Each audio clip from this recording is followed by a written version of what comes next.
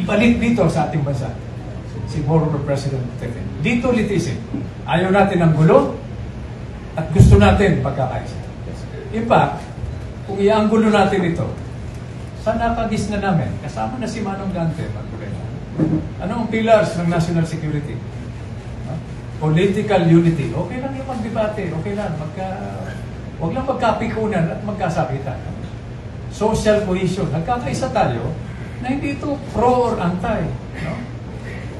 Ito ay pro-Filipino. This is a pro-Filipino effort na hindi natin naririnig sa national conversation.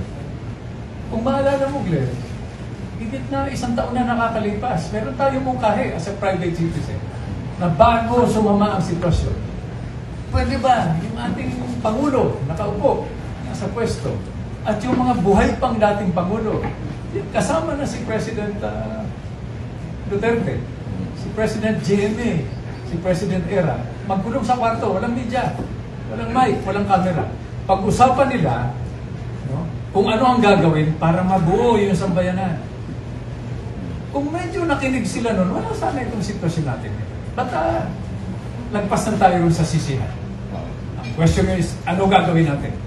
Okay, mabuti na itanong mo yan. Hindi na ito issue tungkol kay former President Duterte.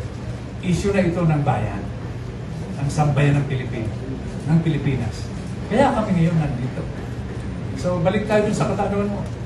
Kahit na anong pamaraan, basta pumirma ka, e-signature, dito sa loob ng ating bansa, abroad, pumirma ka para ipahiwatig sa ICC at sa Korte Suprema ng unang hakbang dapat ay magtulungan tayo, pag-isipan nilang mabuti para humupa yung sitwasyon, ibalik dito sa ating bansa si former President Duterte. Dito litisin.